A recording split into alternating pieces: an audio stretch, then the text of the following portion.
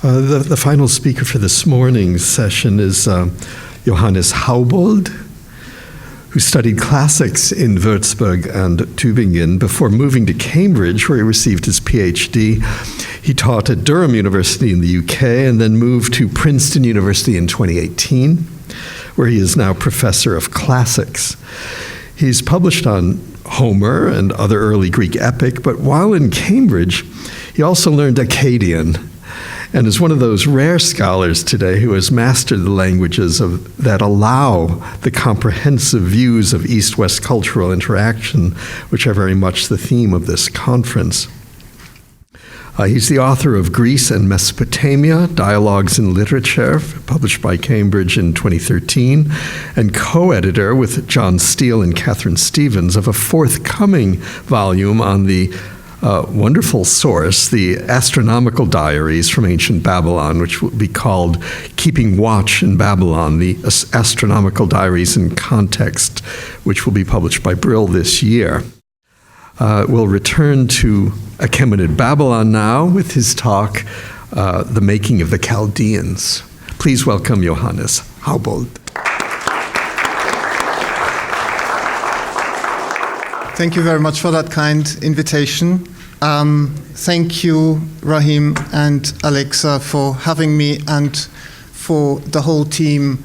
Thanks to the whole team for looking after us so well and bringing us together in this wonderful venue. I have tremendously enjoyed the first two papers, and I look forward to the rest of the conference. My topic today is the rise of the Chaldeans as a powerful religious and intellectual movement in the Greek world. Not perhaps quite an ethno-class, to use Pierre Briand's term, so much as an ethno-brand. An ethno-brand so powerful that it shaped the course of Western philosophy. The latter stages of this process are now well understood, thanks to recent research on the Chaldean oracles and their Platonist readers from Proclus to Psellos and Patrizi. Helmut Zeng and others have done important work on this. And as a result, it's no longer so surprising to us that leading Platonists read and admired the work of Chaldean priests over more than a millennium. Perhaps we haven't quite come to grips in the same way with the process whereby the Chaldeans became Platonists in the first place, but here too there has been progress. The famous Chaldeans of the Hellenistic period, men like Sudenes of Pergamon or Seleucus of Seleucia, who famously proved that the earth moves round the sun. These men were not only known as great philosophers to Strabo, among others, and this is on your handout, they also presented themselves as philosophers, by which I mean that they used their training in Chaldean astrology and apotropaic ritual to intervene very publicly in Greek philosophical debates.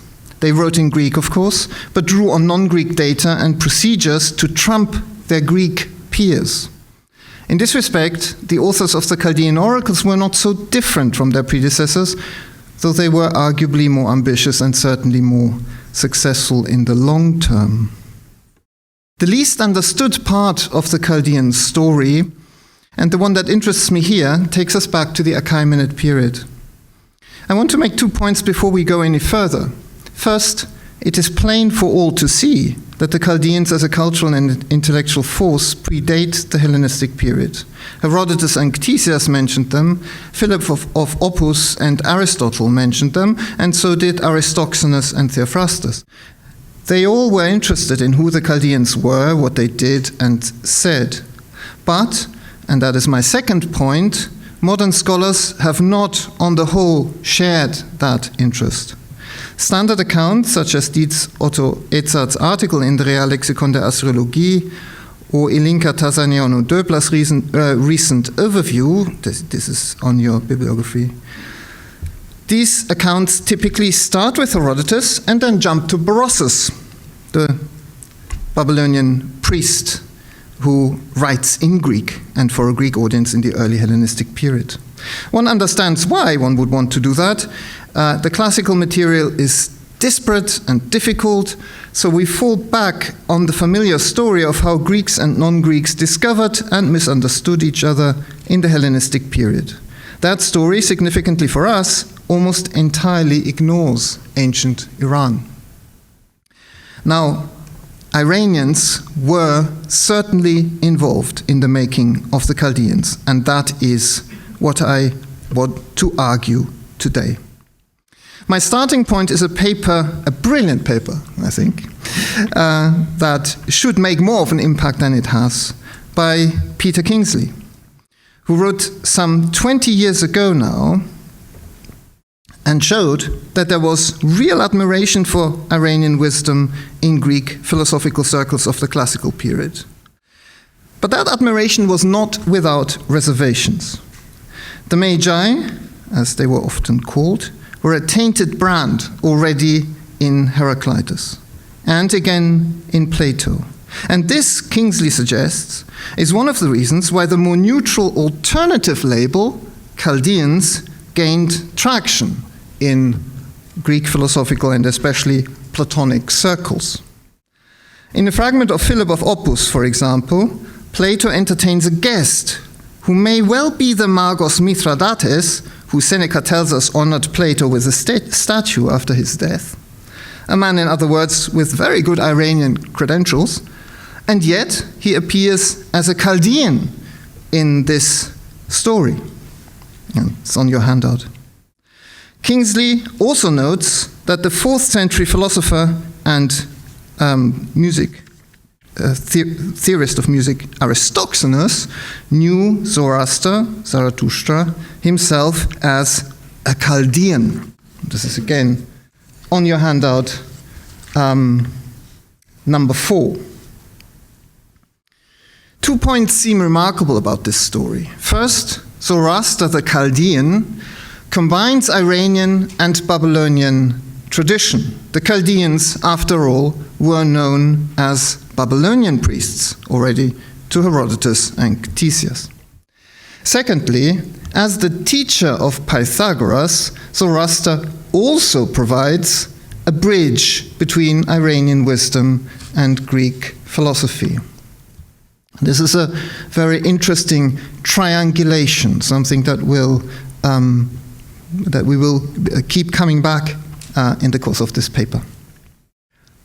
Now, Phil Hawkey has argued that it was specifically Plato and his pupils, Philip of Opus, among them Aristoxenus, who were interested in Zoroaster and the Magi, and so had an interest in forging and disseminating new myths about them.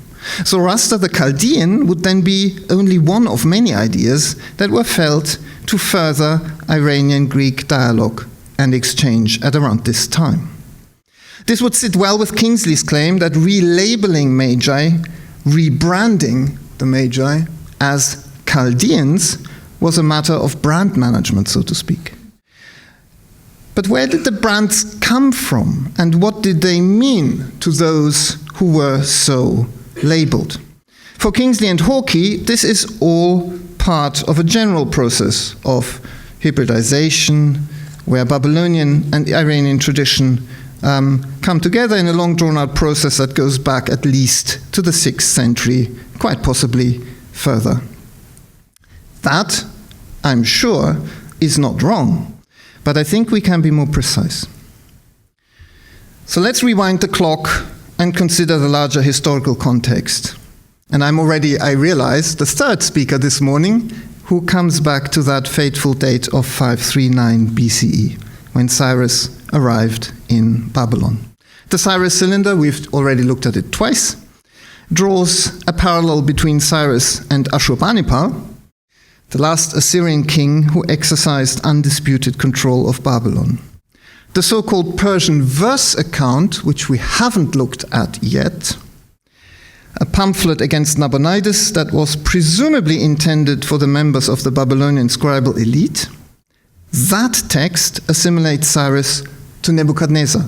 And this is on your handout I think, number 6. Cyrus as the new Nebuchadnezzar. Nebuchadnezzar, of course, the ultimate example of successful Babylonian kingship. This, it is now widely agreed, and not Berossus' slanderous portrayal of Cyrus destroying the walls of Babylon, must reflect Persian policy at the time. But the concordat with Babylonian royal tradition did not last. In the Beistun inscription, Darius reports fighting against not one but 2 false Nebuchadnezzars. I've put one of the passages on your handout. And further uprisings under Xerxes resulted in major reprisals. Caroline Waerzeggers has studied this process and has drawn 2 main conclusions. First, Xerxes, after the rebellions, after the revolts, and in response to them, replaced the old administrative elites across northern Babylonia. And in so doing, secondly, he disrupted the infrastructure on which they had drawn in what scholars have come to call the end of archives. So many archives in the area, not all, fall silent at around this time. Now, one can disagree about the long-term significance of these measures. What interests me here is the bigger picture into which they fit. And that suggests to me that there was an effort on the part of the Achaemenids and friendly elites to neutralize the traditions of empire that had been invoked to stoke unrest under Darius and Xerxes. Those traditions were, of course, not forgotten, not in the temples and libraries of Babylon, at any rate, but they went into hiding. Greek Achaemenid writers like Herodotus and Ctesias know very little indeed about the Neo-Babylonian Empire, famous crux of modern scholarship, and they know nothing at all about its most important, or might we say, its most dangerous representative, Nebuchadnezzar. Now, one might suppose, as some scholars have done, that these Greeks, were simply ignorant. But even if we concede that ignorance played a part, and someone like Ctesias in particular had little interest in establishing the historical facts, the picture, it seems to me, that emerges from his work and that of Herodotus is too coherent, and dare I say it, too useful to be the result of blunder and ignorance alone.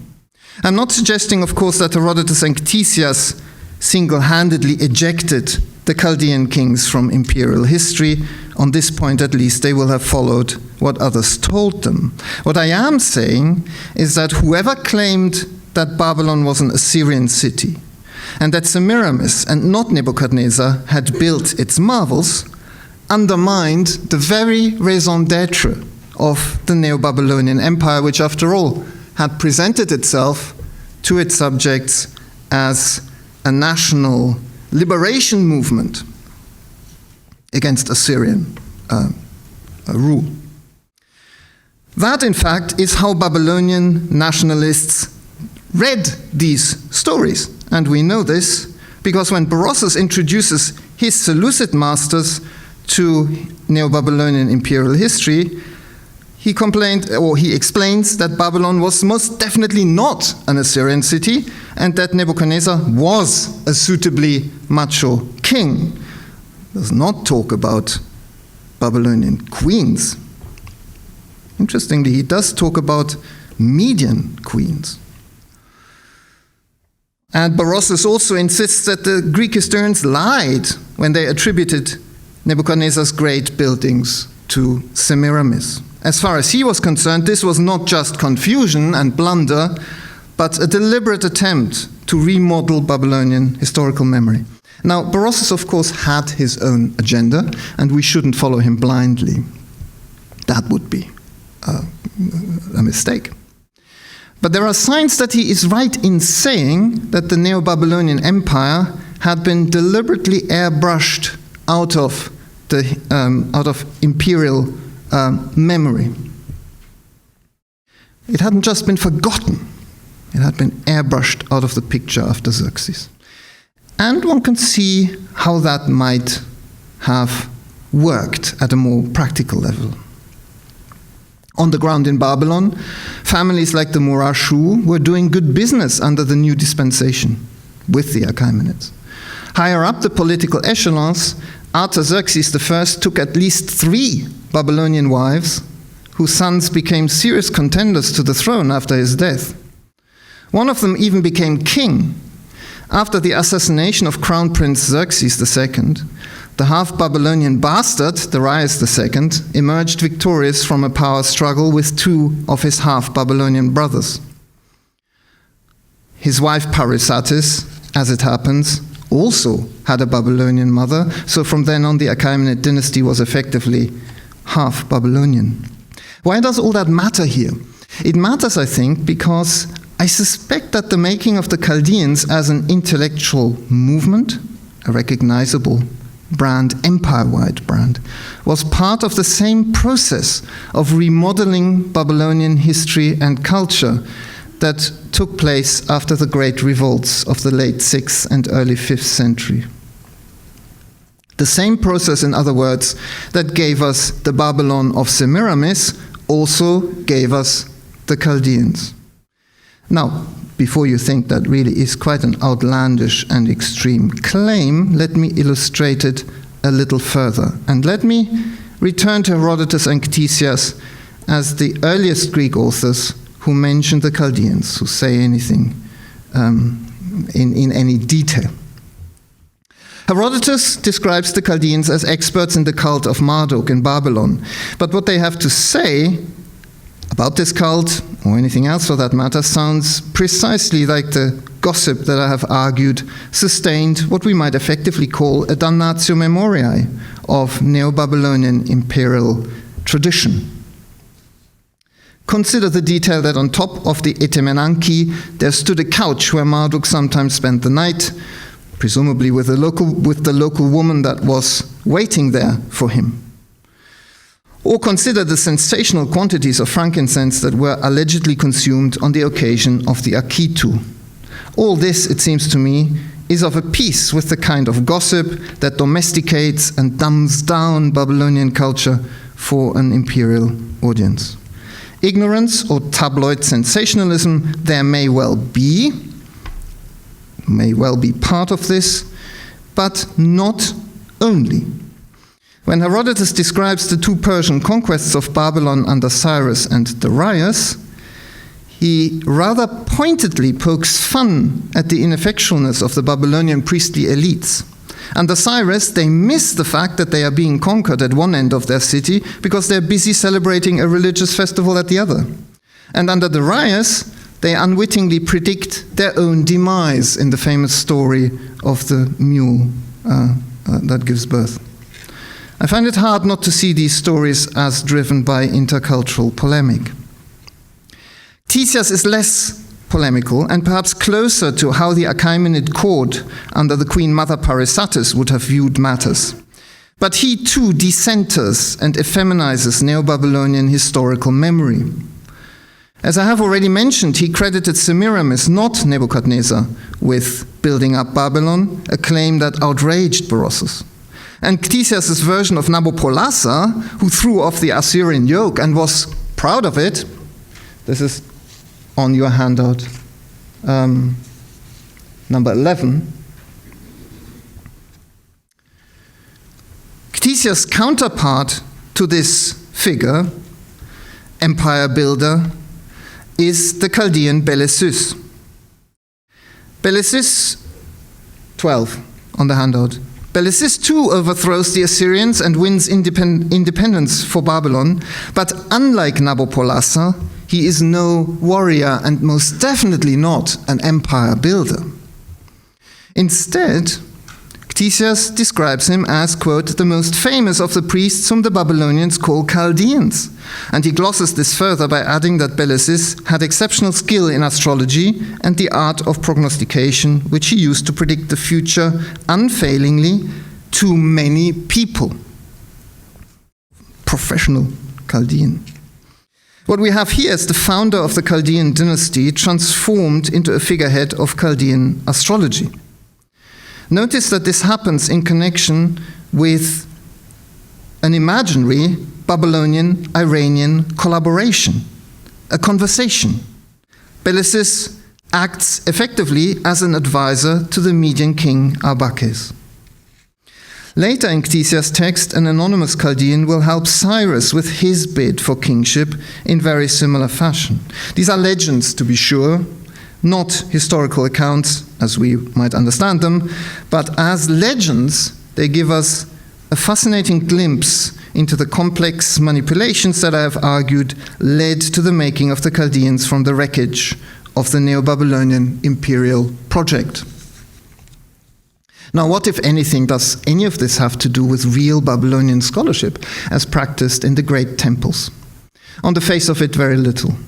Chaldean, in the sense that Ctesias uses the term, is not a Babylonian word. Well, it's hardly a Babylonian word at all, in any sense.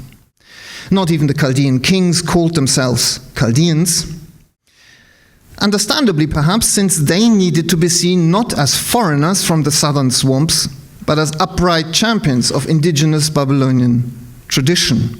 By contrast, the Assyrians, who were keen to delegitimize their Chaldean competitors, did emphasize their Chaldeanness and hence their foreignness.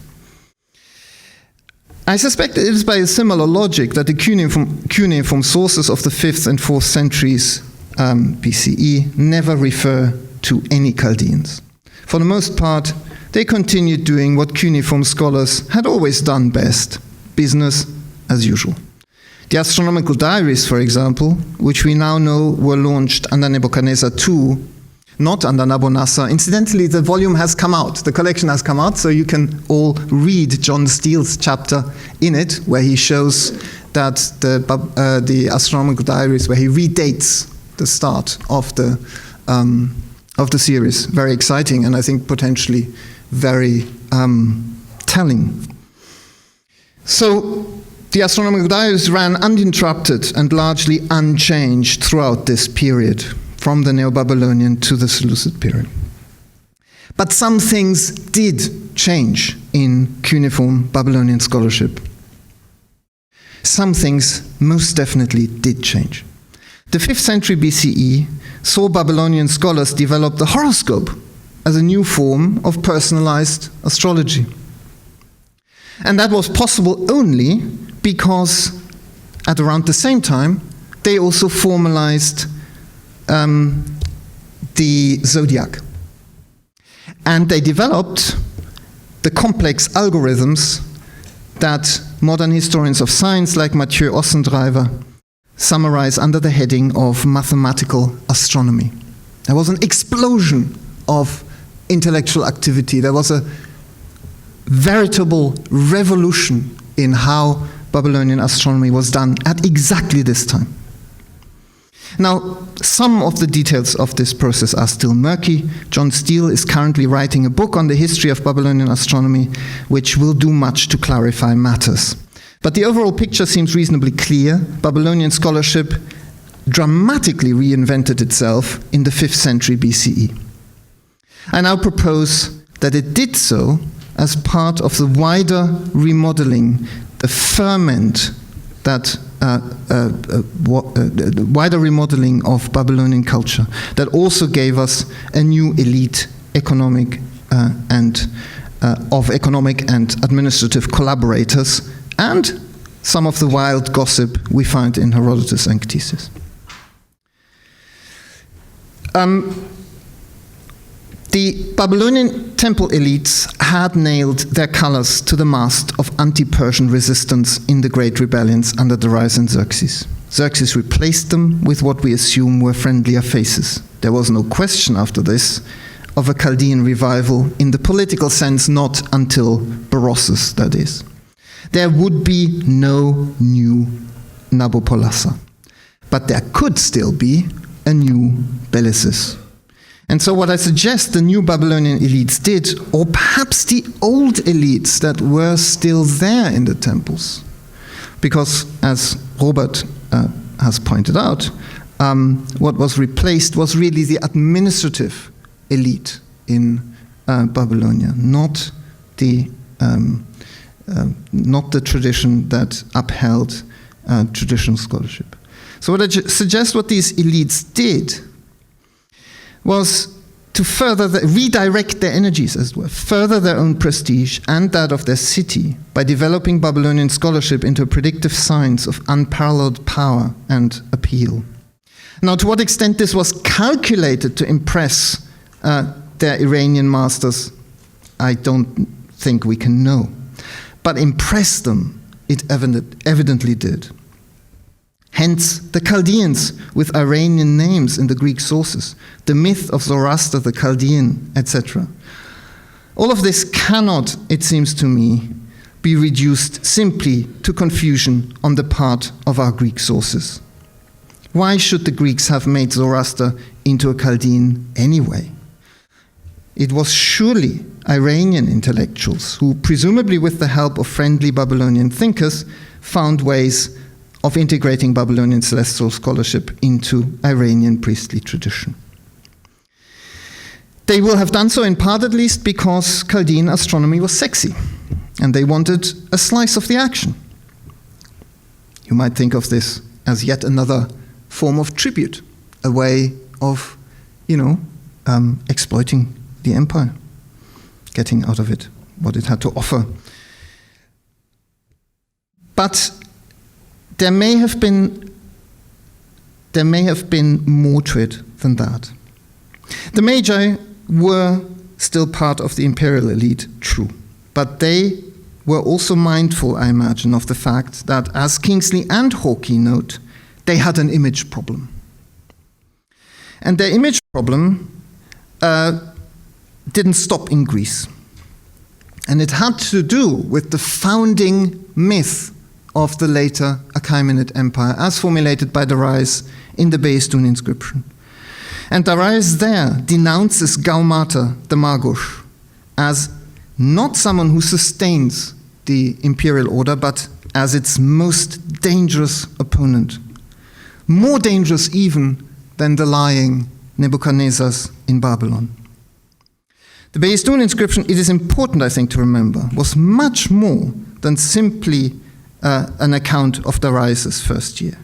It provided a blueprint for all later Achaemenid inscriptions, and it circulated widely throughout the empire. Hawkey makes the point that this put pressure on the Magi as a group whose task it was to preserve the political order, but who, paradoxically, were left to work under the shadow of the liar Gaumata, trying to destroy it. Now, a similar stigma attached to Babylon and its great political leaders, Nebuchadnezzar in particular, but not to the Chaldeans, who came to replace them as the custodians of Babylonian historical memory.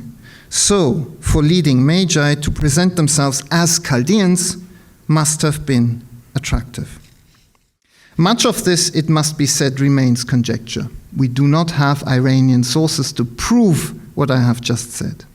We do not even have those Babylonian sources in Aramaic that might give us a realistic Babylonian view of the matter, or more realistic than the cuneiform sources. What we do have are the Greek sources, and they suggest that the new dispensation, if we want to call it that, worked for everyone involved. But it did not last. And here I think it is instructive, before I conclude, to see what happened next, when things changed, and why. And this is my final point. Essentially, things changed in the Seleucid period, not because the Greeks finally realized who the Chaldeans really were, but because the center of imperial power had shifted back from Iran to Mesopotamia. And Babylonian thinkers like Berossus in this new climate now reclaimed Babylonian imperial history by speaking very publicly about their national hero Nebuchadnezzar as a model for the Seleucid king. Amélie Court and others have well discussed this aspect of what we might call a nationalist Babylonian revival, what we have so far failed to appreciate, I think, and I include myself in this, is the fact that Berossus also reclaimed the Chaldeans.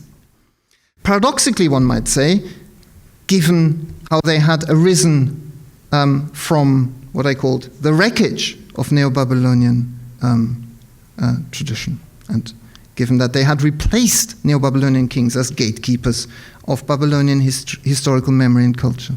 Now, this tension, I think, can be felt in Berossus' work. I think Berossus was aware that there was a contradiction, a problem, and he tries to address it in a rather ingenious way. He does, of course, declare that the Chaldeans were the original kings of Babylon, all the way from Aloros, the first king, to Ziusudra, the Babylonian flood hero. At the time of Ziusudra, however, something important changed. Berossus suggests that this is the moment when the Chaldeans lost their king. Literally, he goes up to heaven, they look for him, they cannot find him, he's gone. And instead what happens is a voice comes back down from heaven telling them to be pious, to recover the archive of human wisdom, and to refound human civilization, an etiology of the Chaldeans as a collective, as a priestly collective. This, if you like, was the new founding myth of Chaldeanism that underpinned 150 years or so of successful political cooperation and astonishing scholarly prowess under the Seleucids. And yes, Berossus does mention Zoroaster the Chaldean. By the early Seleucid period, he too was a reality of cross-cultural memory. Berossus will not have wanted to fight that particular battle. He just makes sure that Babylonian Ziusudra eclipses his Iranian counterpart.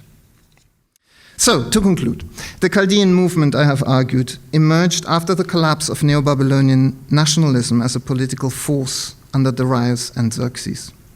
Several factors influenced what happened next. Persian reprisals led to a break in Babylonian administrative infrastructure and historical memory. Leading Babylonian families like the Murashu collaborated closely with the Persians, and the Achaemenid royal family itself became thoroughly Babylonized. That is a word. The Babylonian temple elites, meanwhile, redirected their energies, introducing spectacular innovations into scholarship such as personal horoscopy, the zodiac, and mathematical astronomy. All this ferment, I have argued, led to the rise of the Chaldeans as an imperial ethno-brand that appealed to thinkers from Iran to Greece. We see the results in the classical Greek sources, where Plato is friendly with Iranian Chaldeans and Zoroaster himself becomes a Chaldean. Things changed under the Seleucids, but what had happened under the Achaemenids was not forgotten. Zarathustra, Zoroaster, remained a Chaldean, and the connection with Plato and the academy re-emerged when Platonism reinvented itself as a major cultural force. I'm thinking, of course, of the Chaldean oracles, again, Platonist Bible, as that's been called, from which I began this paper. By what subterraneous channels the connection was formed between Plato's academy and its encounters with the Chaldeans and the Platonism of the Chaldean oracles, I do not know, and that in any case would be the topic of a different paper. For now I note simply that Chaldeans shaped Platonic philosophy from its beginning, and that they could only play this role because Iranian thinkers had entered into conversation both with their Babylonian colleagues in the imperial heartlands and with Greek philosophers on the Aegean frontier. Thank you.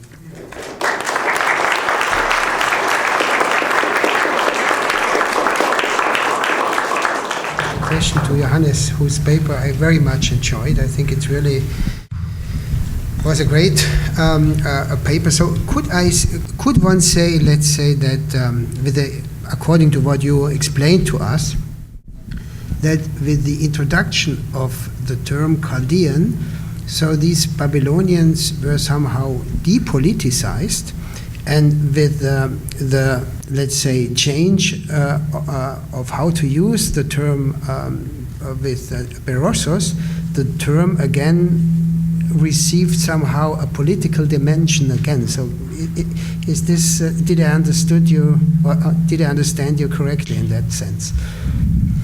Yes. Yeah. And I may add another observation, because there is a text which always fascinated me. It's an inscription of southern Arabia, an inscription which gives some very rare information about political issues, and it deals with a southern Arabian trader that moves to the north, moves somewhere to the Levant, and when the text says, I just paraphrase it, so he had troubles in continue his business because there was a war between the Yauna and the Chaldeans.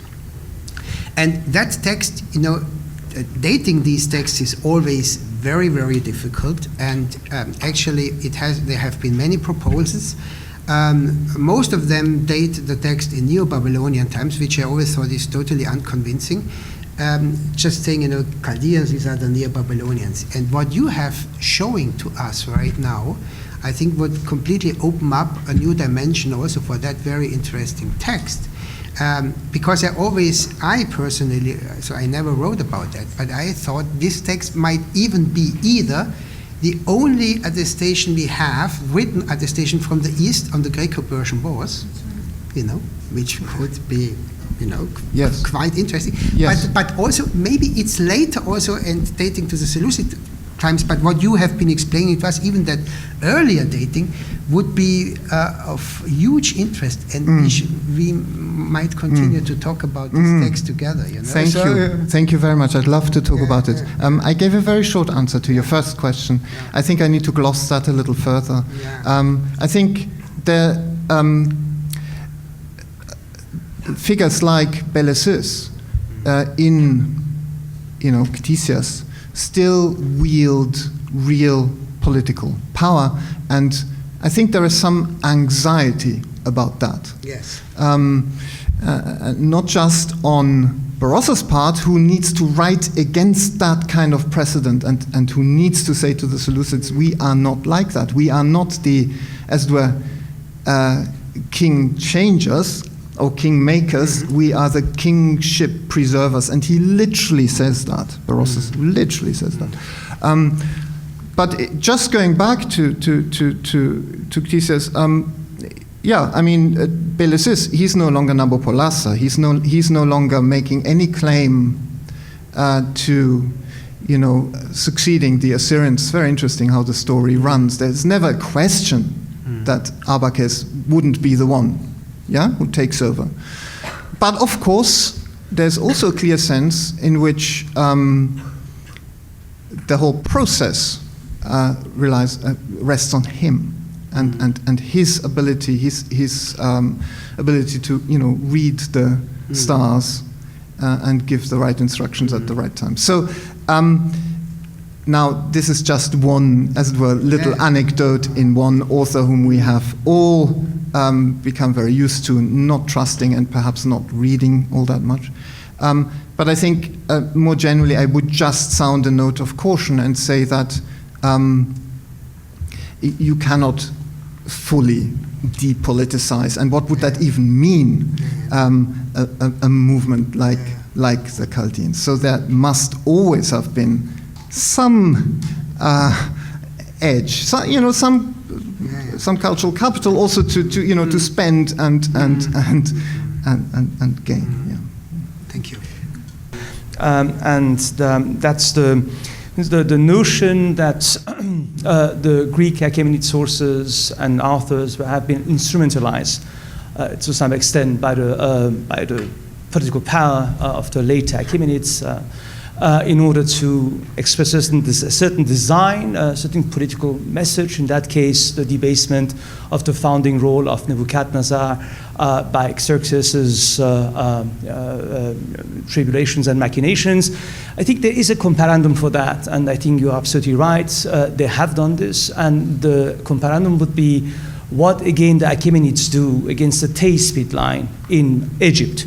and the story of the logos of the Cambyses' folly, which has proven to be obviously untenable. And this is again Herodotus entering into this game, an Achaemenid Greek writer, actually fulfilling the desire of the Achaemenid Empire, at least that line, the Achaemenid line, in order to debase the founding acts of Cambyses in Egypt, and by the same token also that of Cyrus. So there is certainly a trend, if you look at it, and I think we have really to look at both Herodotus and Ctesias again in this vein. There is certainly something to be said that these are Achaemenid writers. And as such, as citizens of the empire, they are also fulfilling the designs of the empire, and the empire is by far more intelligent than you might have thought that.